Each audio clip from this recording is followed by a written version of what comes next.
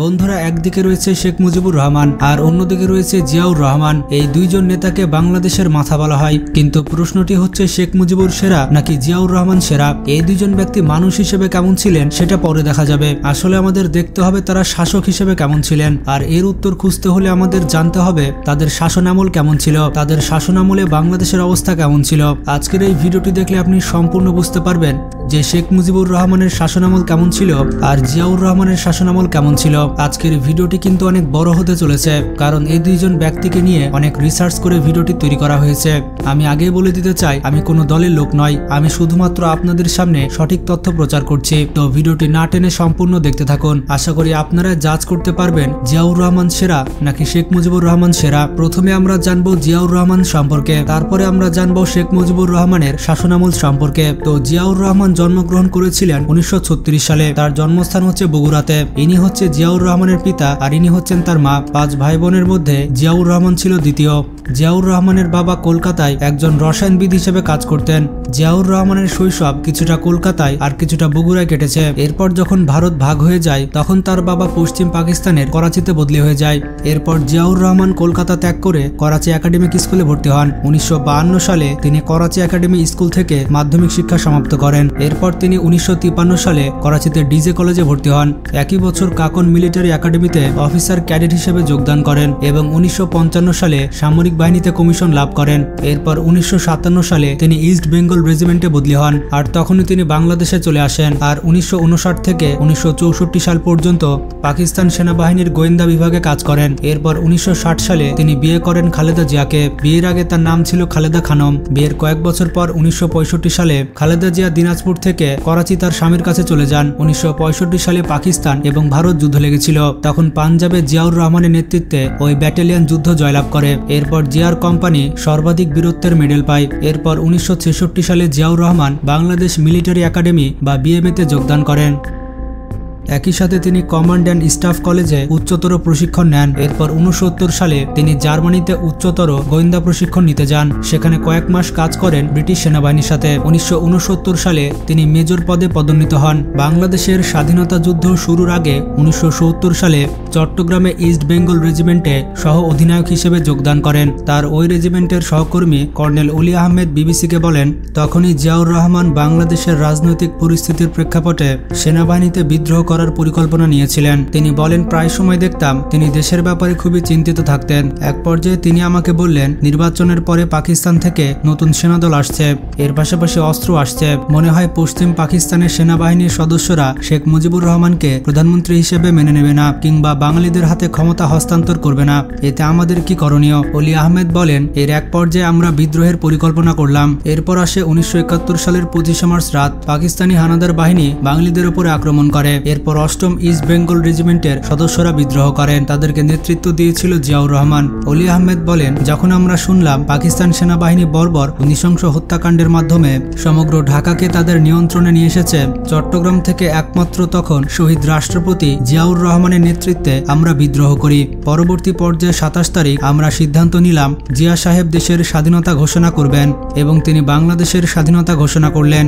এমনটাই বলেছেন অলি আহমেদ। তবে মুক্তিযুদ্ধের ইতিহাসের দলিলের তথ্য অনুযায়ী কয়েকজন ব্যক্তি 26 এবং 27 তারিখে স্বাধীনতার ঘোষণা পাঠ করেছিলেন। তৎকালীন প্রধান মেজর জিয়াউর রহমানও তার ঘোষণাটি আওয়ামী লীগ প্রধান শেখ মুজিবুর রহমানের নামে পাঠ করেন। মুক্তিযুদ্ধ বিষয়ক গবেষক আফসান চৌধুরী বিবিসি বাংলাকে বলেন, বাংলাদেশের একটা মানুষের ঘোষণার অধিকার ছিল এবং তিনি হলেন শেখ মুজিবুর রহমান। এটা নিয়ে যে বিতর্ক আসতে পারে সেটা নিয়ে কেউ কখনো চিন্তাই করেনি। আসলে জিয়াউর রহমান 2টি ঘোষণা দিয়েছিলেন। প্রথমটি বলেছেন নিজের পক্ষ হয়ে এবং দ্বিতীয়বার বলেছিলেন শেখ মুজিবুরের পক্ষ হয়ে। আপনারাই শুনুন তিনি কি বলছে।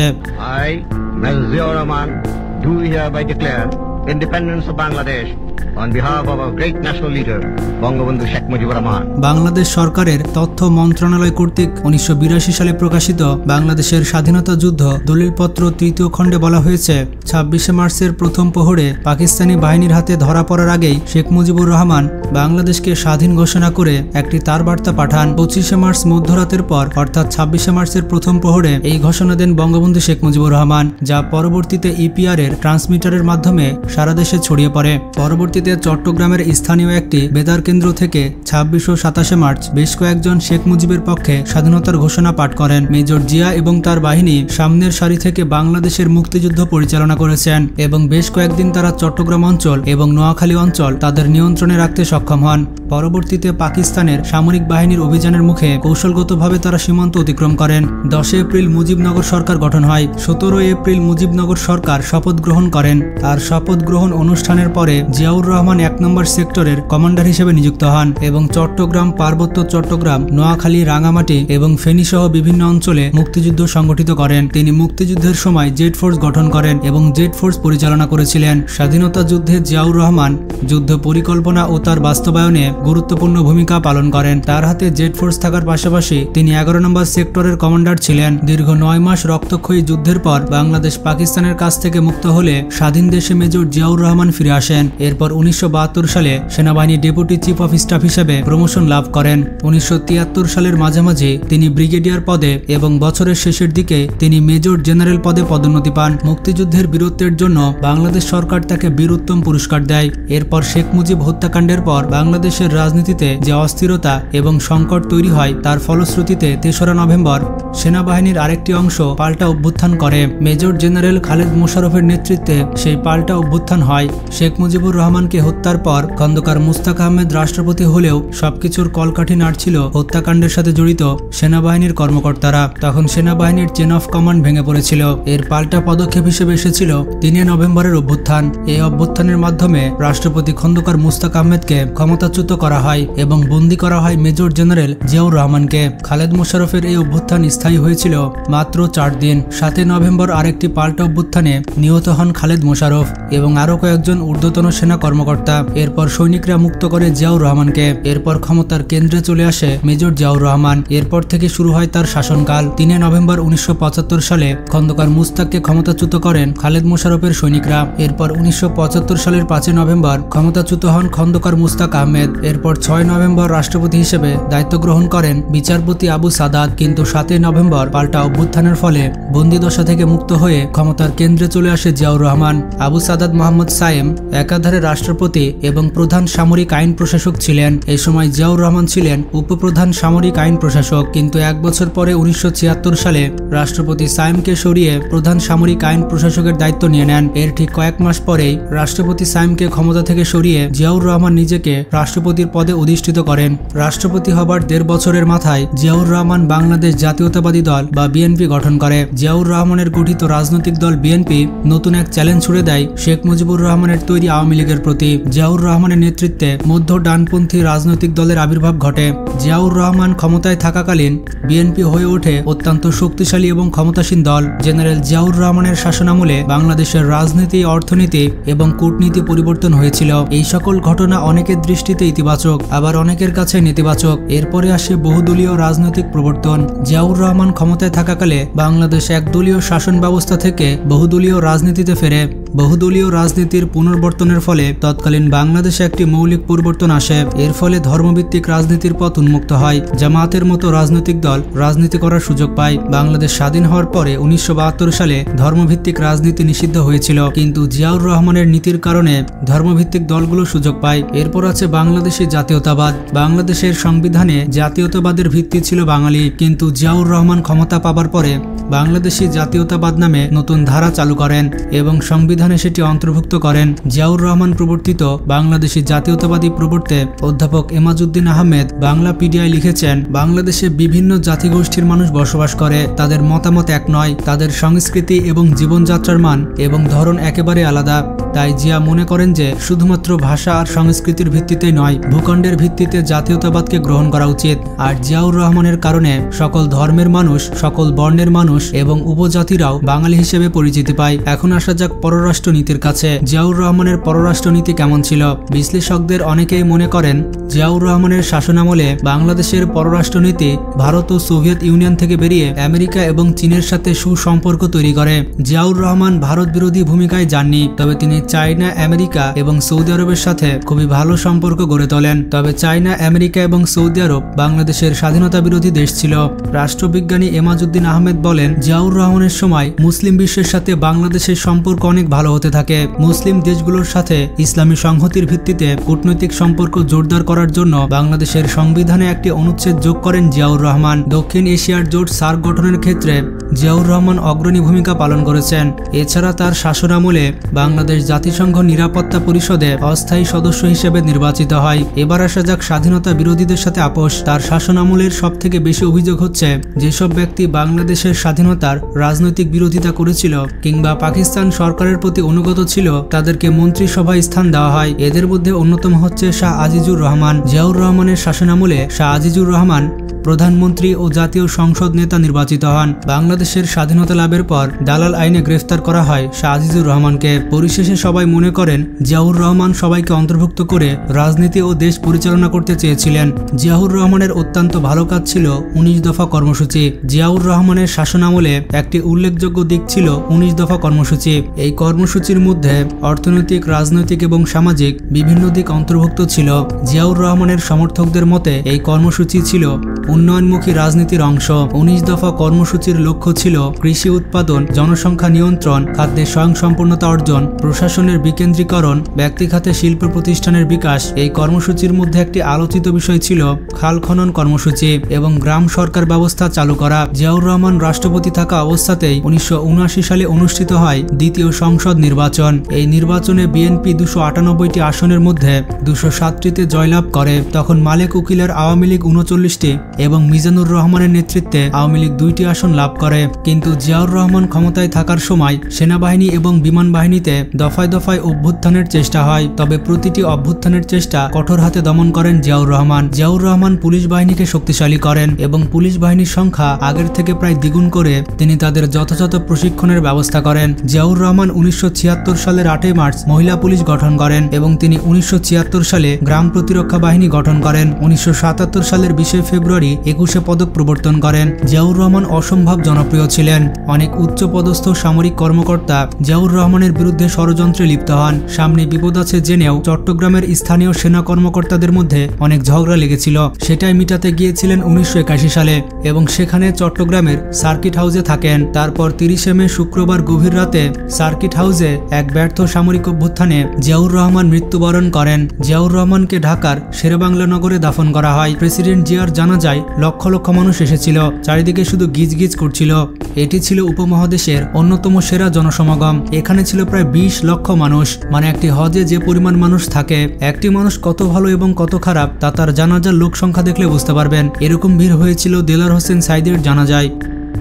জিয়াউর রহমান সম্পর্কে হুমায়ুন আহমেদ একটি বই লিখেছিলেন। জিয়াউর রহমান কেমন ছিলেন তা তার বই পড়লে বোঝা যাবে। হুমায়ুন আহমেদ জিয়াউর রহমানের 5 বছরের শাসনামলের একটি সংক্ষিপ্তসার তুলে ধরেছেন। চলুন সেই বইটির কিছু লাইন পড়ে আসি। তিনি লিখেছেন, যদি বর্ষে মাঘের শেষ ধন্য রাজার পুণ্য দেশ। জিয়াউর রহমানের 5 বছরের শাসনে প্রতি মাঘের শেষে বর্ষণ হয়েছিল কিনা তার হিসাব কেউ রাখেনি। তবে এই 5 বছরে কোনো প্রাকৃতিক দুর্যোগ হয়নি। অতি বর্ষণের বন্যা না, খরা না, জলোচ্ছ্বাস না। দেশে কাপড়ের অভাব কিছুটা দূর হলো। দ্রব্যমূল্য লাগাম ছাড়া হলো না। বাংলাদেশের নদীতে প্রচুর ইলিশ ধরা পড়তে লাগলো।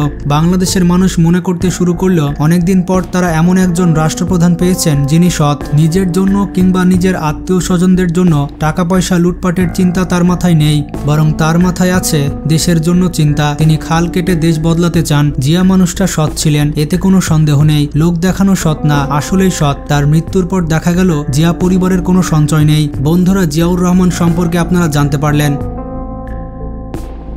এবার আমরা জেনে আসি শেখ মুজিবুর রহমান সম্পর্কে। বাংলাদেশের পাঠ্যপুস্তকে শেখ মুজিবুর রহমান সম্পর্কে এতই পড়ানো হয়েছে যে শেখ মুজিবুর রহমানের গায়ে কতটা লোম ছিল সেটাও চাকরি প্রার্থীরা বলতে পারবে।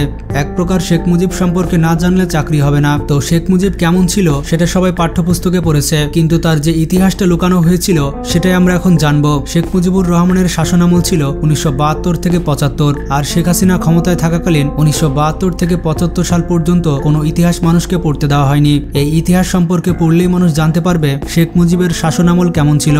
বাংলাদেশের জনগণ ঠিক জানতেই পারেনি 1974 সালে ঠিক কি কারণে কবি রফিক আজাদ বলেছিলেন ভাত দে হারামজাদা, না হলে মানচিত্র খাবো। গোপনে ইতিহাসের মধ্যে রয়েছে 1974 সালের ভয়ঙ্কর দুর্ভিক্ষের ইতিহাস। ক্ষুধার্ত মানুষের ক্ষুধা সামাল দিতে সে সময় জায়গায় জায়গায় খোলা হয়েছিল লঙ্গরখানা। কোনোদিন পাওয়া যেত রুটি, আবার কোনোদিন পাওয়া যেত কচু সিদ্ধ। বিবিসি বাংলার রিপোর্ট অনুযায়ী 2 বছর শিশুর অভুক্ত কান্নায় অতিষ্ঠ হয়ে জামিলা খাতুন নামের এক নারী বাচ্চাটিকে বাড়ির পাশে এক খাদে ফেলে দিয়েছিল।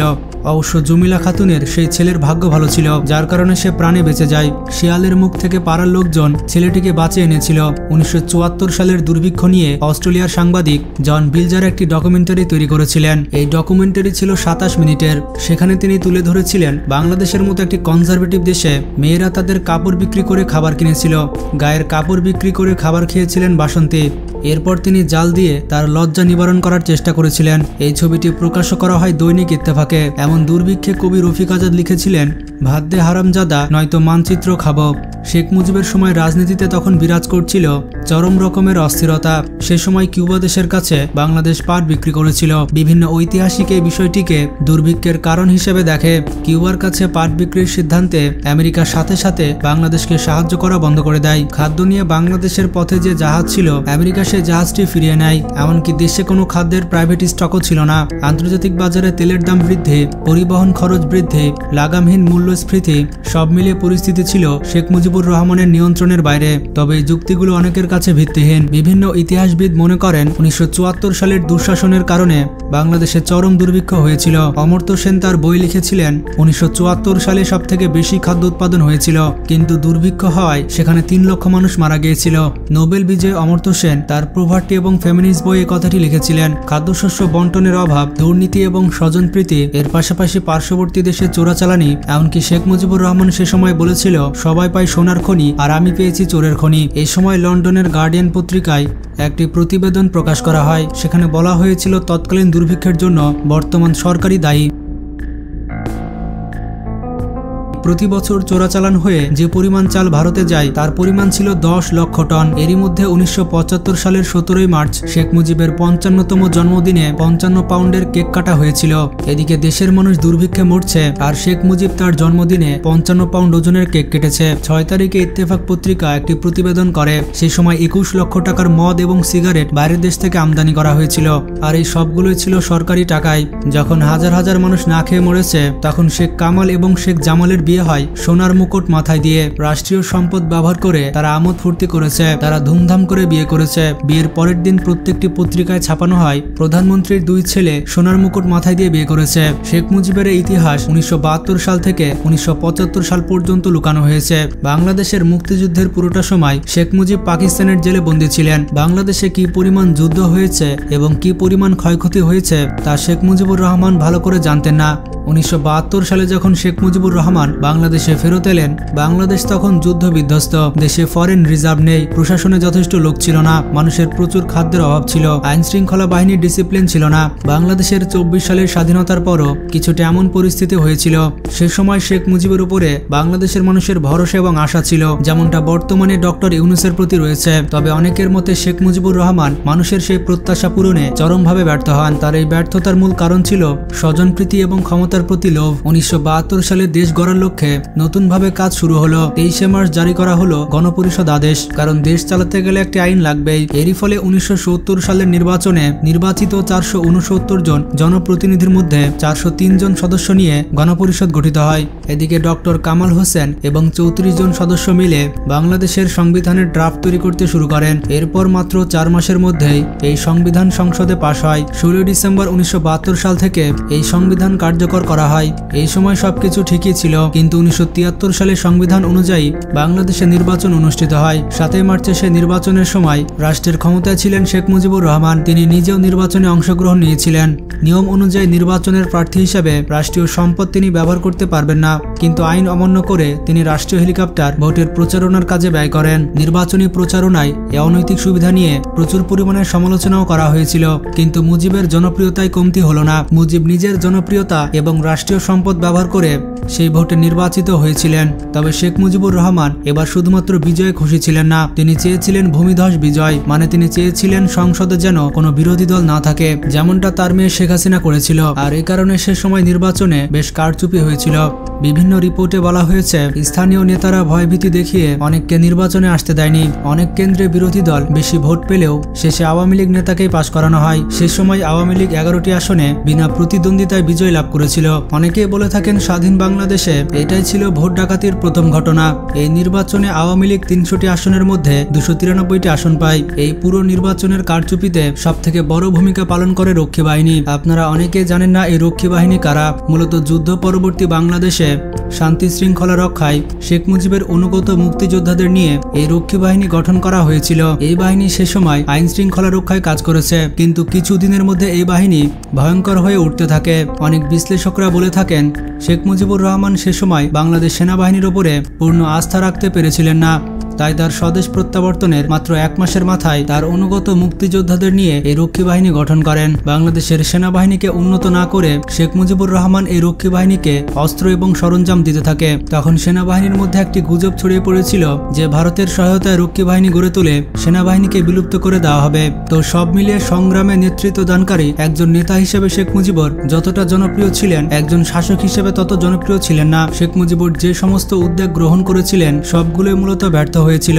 শেখ মুজিবুর রহমান তার ক্ষমতাকে আগলে রাখার জন্য এবং তার ক্ষমতাকে ধরে রাখার জন্য স্বজনপ্রীতির আশ্রয় নিয়েছিলেন এবং হাজার হাজার অনৈতিক কাজ তিনি করেছিলেন। এই ব্যাপারগুলো মানুষের মধ্যে একটি অসন্তুষ্টি এবং রাগ সৃষ্টি করেছিল, আর এখান থেকেই শেখ মুজিবকে হত্যা করা হয়েছিল। শেখ মুজিবকে হত্যার নেতৃত্ব দেওয়া মেজর ফারুক এবং মেজর রশিদ এই হত্যাকাণ্ড সম্পর্কে বলেছিলেন যে সে সময় শেখ মুজিবুর রহমান এমন অবস্থায় চলে যাচ্ছিলেন তাকে হত্যা করা ছাড়া আসলে কোনো উপায় ছিল না। এভাবে 1975 সালে তাকে হত্যা করার পর আরেকজন স্বৈরশাসকের কাহিনী শেষ হয়। 1972 সাল থেকে 1975 সাল পর্যন্ত আপনারা ইতিহাস জানতে পারলেন। এখন প্রশ্নটি হচ্ছে শেখ মুজিব সেরা নাকি জিয়াউর রহমান সেরা? দেখুন, কোনো মানুষই কিন্তু ভুলের ঊর্ধ্বে নয়। প্রত্যেকটি মানুষের ভালো কাজের পাশাপাশি তার খারাপ কাজও থাকবে, এটাই স্বাভাবিক। তবে কারো খারাপ কাজ বেশি এবং কারো খারাপ কাজ কম। এখন কেউ কেউ শেখ মুজিবকে পছন্দ করেন, আবার কেউ কেউ জিয়াউর রহমানকে পছন্দ করেন। আমি ব্যক্তিগতভাবে কাউকে ভালো এবং কাউকে খারাপ বলতে পারবো না। আপনারা দর্শকেরা যাকে ভালো বলবেন সেই ভালো এবং দর্শকরা যাকে খারাপ বলবেন সেই খারাপ। কিন্তু শেখ মুজিবুর রহমান এবং জিয়াউর রহমান সম্পর্কে পার্থক্যের বিষয়গুলি সোশ্যাল মিডিয়াতে দেখা যায়। সোশ্যাল মিডিয়াতে যে পোস্টগুলি ঘুরপাক খায় সেগুলো আপনাদের পড়ে শোনাচ্ছি। একজন হচ্ছে আপোষকামী, আরেকজন হচ্ছে আপোষহীন। একজন ধরা দিয়েছেন, একজন বিদ্রোহ করেছেন, একজন জনতাকে উত্তেজিত করে ক্ষমতায় যেতে চেয়েছেন, অন্যজন দেশ বাঁচাতে অস্ত্র নিয়ে ঝাঁপিয়ে পড়েছেন। একজন নিজের লোকদের শরণার্থী বানিয়েছেন, একজন নিজের লোক নিয়ে যুদ্ধের ময়দানে চলেছেন। একজন গেলেন পাকিস্তান কনফেডারেশন, অন্যজন বাংলাদেশকে স্বাধীন ঘোষণা করলেন। একজন ক্ষমতায় বসলেন, অন্যজন যুদ্ধ করে দেশ স্বাধীন করে নিজের কাজে চলে গেলেন। এক নেতা দেশ চালাতে গিয়ে চরমভাবে ব্যর্থ হলেন, অন্যজন রাষ্ট্র গঠনে চূড়ান্তভাবে সফল হলেন। একজন দুর্ভিক্ষে লাখ লাখ মানুষ মারলেন, অন্যজন সবুজ বিপ্লব দিয়ে ফসল ফলিয়ে খাদ্য সম্ভার বাড়ালেন। একজন রক্ষী বাহিনী দিয়ে 30,000 হত্যা করেছেন, অন্যজন সারা দেশ থেকে অবৈধ অস্ত্র উদ্ধার করলেন। একজন গণতন্ত্র হত্যা করে একদলীয় শাসন জারি করলেন, অন্যজন সেই বিলুপ্ত গণতন্ত্রকে ফিরিয়ে আনলেন। তো এভাবে বললে সারাদিন শেষ হবে না। এখন আপনারাই কমেন্ট করে জানান আপনি শেখ মুজিবকে ভোট দিবেন নাকি জিয়াউর রহমানকে ভোট দিবেন। আপনার কাছে কাকে ভালো লাগে? আর এই ভিডিওটি করতে আমাদের অনেক পরিশ্রম করতে হয়েছে, তাই দয়া করে ভিডিওটিতে একটি লাইক দেন আর ভিডিওটি বেশি বেশি শেয়ার করে আপনার বন্ধু বান্ধব এবং আত্মীয় স্বজনদের জানিয়ে দিন। তো এতক্ষণ ধরে সম্পূর্ণ ভিডিও দেখার জন্য অনেক ধন্যবাদ। নিজে ভালো থাকবেন, অপরকে ভালো রাখবেন। আল্লাহ হাফেজ।